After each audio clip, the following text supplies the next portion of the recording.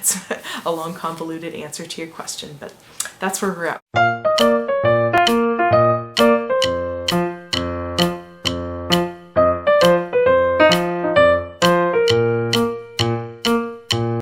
It's Amanda with Eat, Pray, Crunch, and I am continuing part 2 of my Q&A questions that you guys asked me from my 1,000 subscribers video. So if you haven't seen part 1, be sure to check that out. I will link it right here in the cards and in the description down below. Let's get going with round 2 here. So my first question for this video is from my girl Ashley from her channel, the Semi-Crunchy Mama. And she asks, what are you most looking forward to doing with your essential oils? And I think the main thing I'm most excited about is the immunity related things, like the thieves oil. I feel like that's something that has already helped us so much, and also how we can use it for some of our like autoimmune conditions, like when they flare up. I'm excited to see if the essential oils help with that as well. That and cleaning. I guess I'm excited for a lot of things. Okay, next question is from Cassie Lane. I hope I'm pronouncing that right. And she is asking about what to do for cloth diapering a heavy wetter at night. And that is a good question. If you haven't seen my cloth diapering video about our whole cloth diapering system, I will link that here as well, because I explain what we do for night and what works really well. And in a nutshell, what I do is I use a pre-fold and 2 hemp stay dry doublers along with that. And I stick it in one of our covers and I put it on the baby. And that has worked really well for us. Using the 2 doublers along with the pre-fold, we were getting leaks with just one, but when I added one more, that did the trick. And it is ridiculously bulky on the baby. That's the downside, but I figure since they're lying down there asleep, they're unconscious, they don't care. So that has been our solution. I have watched some other YouTubers talk about how there are certain brands of fitteds. I wish I could remember the name of the one that somebody was talking about recently. I can't remember what it was, but it looked like a really high quality fitted diaper. They were kind of expensive, but she said that it like solved her heavy wetter problem. So anyway, I think there are a couple different ways to go about that, but that's how we've done it, just adding layers of hemp. That's been our solution. The next question is from Heidi Washburn, and she said, did you make your hat? Heidi, I wore this hat just for you for this video because you asked that question. Yes, I did make this hat. In fact, this was actually a hat that I made for Bill many Christmases ago, before we were married actually, and he actually doesn't wear it that much, and I like it, so I wear it. I am a crocheter, but it's really not something that I have done very much since my kids have been born. I've just been so busy with all the other stuff that I've been doing, but it is something I really enjoy doing. I'm not like a super master at it or anything. I can make hats, I can make scarves, pretty simple things. I would love to learn more and take my crocheting to the next level, and I would love to learn more knitting skills. Like I can do just I could knit like a pot holder and that's about it. But I would love to learn how to do that as well. So yeah, I learned how to crochet when I was in college. I had a friend who was really in, her grandma had taught her and she taught me. And then my freshman year in college, I remember we used to sit around the hallway in the dorm, like a bunch of us girls, and we would just like do like a stitch and bitch, pardon my French. We would just sit around and we would crochet together and just talk, and it was so much fun.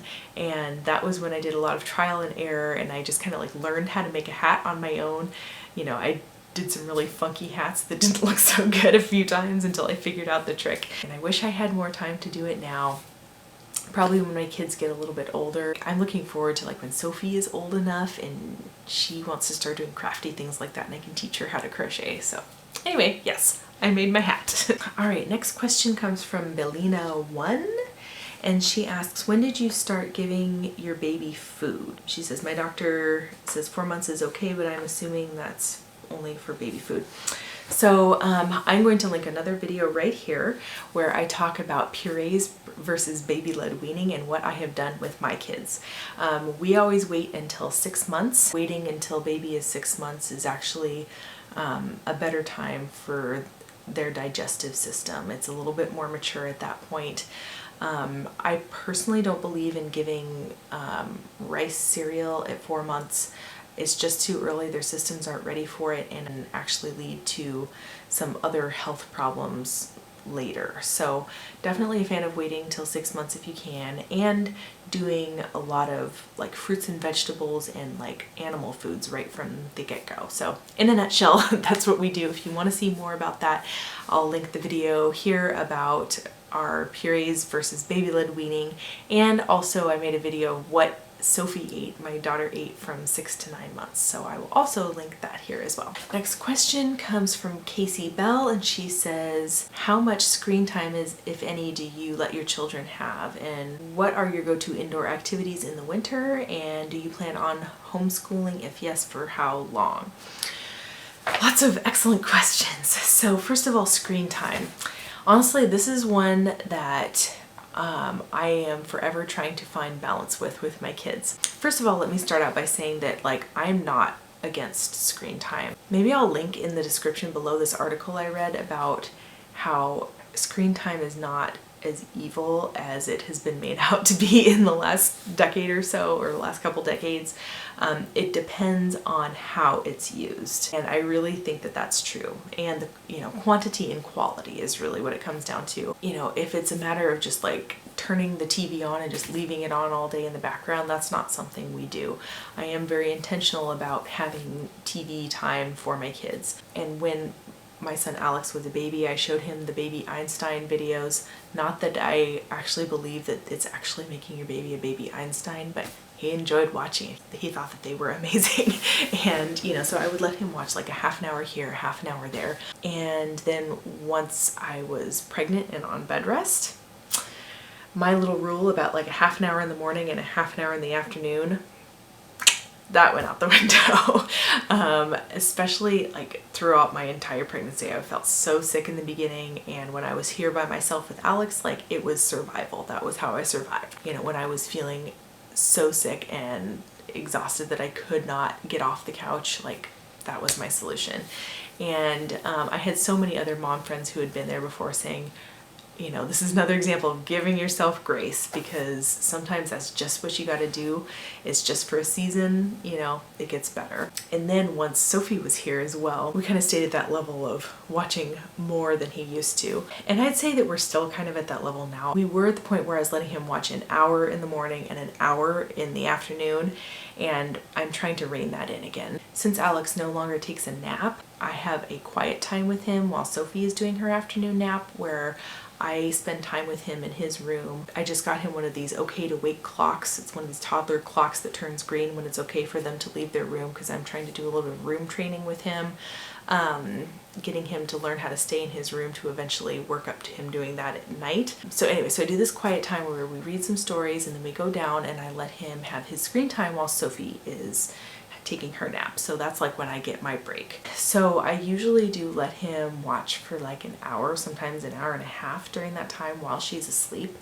But I try to keep that the only screen time now that he has during the day. Ultimately, like I said, I think it's all about the quantity and the quality, and if you're being intentional about it. I think it is okay to let your kids zone out a little in front of the TV. I do it too. Honestly, I do a lot of my YouTube editing. I take naps sometimes when he's watching. It definitely helps me have my me time in the middle of the day, which is important because it makes me a better mom throughout the rest of the day. And then in terms of quality, the things that I let him watch are only educational shows. Like the shows he watches are Daniel Tiger, Super Y, Sesame Street. I even put on Old Mr. Rogers for him. He watches Little Einsteins. He watches like Winnie the Pooh. I do let him watch like classic Disney cartoons with like, Mickey and Donald and that kind of thing. Almost all of the shows that he watches are educational, and he is actually learning things from them, and it's awesome. He's learning things that like I would have never thought to teach him. I think that it actually is a really positive thing in that way too. And it's also sometimes nice that I just will sit with him on the couch and it's just snuggle time. He's normally so busy that he doesn't want to just sit and snuggle with me on the couch. But when we're watching something together, we're sitting and snuggling, and it's really nice. So anyway, there are definitely positives to screen time as well. Anyway, that turned a short story long. That's a long convoluted answer to your question, but that's where we're at with screen time. And the second question was, what are your go-to indoor activities for the winter? Oh boy, I have a book that's called Busy Toddler Happy Mom. I've gotten some activity ideas from that. We do a lot of craft projects. We do a lot of Play-Doh. More recently, I've done watercolor painting with him. I've done finger painting with him. We have Legos, blocks, puzzles. We'll play hide and seek. We'll build forts.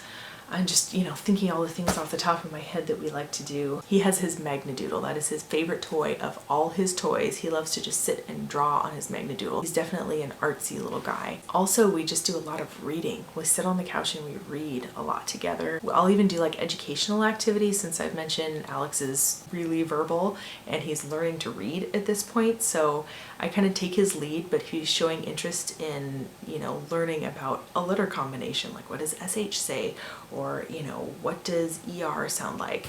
That kind of thing. For reading a book, I'll just do like a little lesson about that in the moment when a learning opportunity presents itself. Playdates. Playdates is just another important indoor activity. We actually just got a membership to our local children's museum, so that's something that we'll be able to do a lot more frequently now. There is the aquarium. We live in the Seattle area, so there's an aquarium. There's the little gym. There are these places that you can go that have trampolines and like all these tunnels and everything for kids to climb through. So there are just like all sorts of things that we do inside in the winter. And aside from that, I also it's part of my parenting philosophy to let my kids be bored a little bit. I think that that is important. I do let them do a lot of independent play, and I think that that is important for them to learn that they don't have to have mom entertaining them all the time. And that they have to figure out how to deal with their boredom on their own. It's actually been really effective. Both of my kids are already really independent. They're really good at playing alone. And so, they have little imaginations, especially Alex. He's got an imagination now, so he'll just go off in his imaginary world doing things. And Sophie just likes to crawl around and get into things. And so I just let them play a lot of the time. Anyway, another long answer to that question. Next question is about homeschooling. Now, I am not going to answer that in this Q&A because I already answered it in my last one, so I will link that here because I feel like there's so much to say about that and my thoughts about all of that. So be sure to go over and watch that video, my last Q&A, where I talked all about homeschooling, public schooling, all of my views about all of that. Actually, it wasn't a Q&A, I think it was my controversial parenting tag. Whatever video it is, I'll link all of them here. Next question is from my girl Marie from Mama Daily, and she asks how I get stains out of my diaper covers. Mostly my main wash routine gets most of the stains out, just using OxiClean in every wash. That gets the vast majority of them. I don't bleach my covers because that can really wear them down. So there is just kind of like a constant, just like real faint little bit of stain that's on the edges of most of my diaper covers. I mean, it's so faint you can barely see it, but I don't try that hard to be that thorough about it. Since I can't bleach the covers, I just figure they're going to be just ever so slightly discolored. So I guess that's my answer to that. I don't completely get them out, but most of it does come out just in my regular wash with OxiClean. And then she also asks, can you make a video about how to get baby in the carrier on your back? Yes, I have plans in the next few months to talk about the other two baby carriers I have. I've talked about some of the other carriers I have for smaller infants that I used when Sophie was small, like the Moby and like the Bjorn and that kind of thing.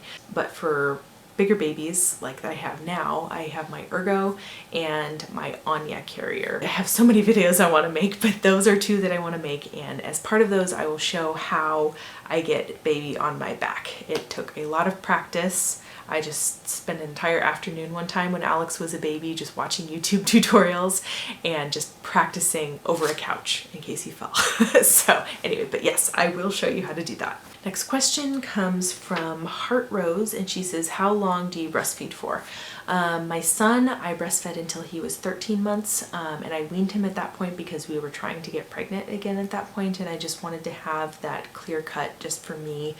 I felt like I wanted to have my body to myself just for at least a couple months before getting pregnant again. This time around with Sophie, I'm not being very intentional about trying to wean her, although she is kind of weaning herself at this point. We're down to 3 feedings most days, occasionally 4, and she's just kind of weaning herself. But I think that the very first morning feed will probably be the last one to go, and I can foresee doing that at least until 18 months. Maybe even a little longer, we'll see. But I probably will start thinking about doing that final bit of weaning starting around 18 months or so, 18 months to 2 years. So that's my plans for that. All right, and that concludes part 2 of my Q&A. I am gonna go on and do a part 3 because there are so many awesome questions and I want to give all of your questions justice. So thank you so much for watching part 2, and be sure to stay tuned for part 3 coming up next. I'll talk to you guys later. Bye.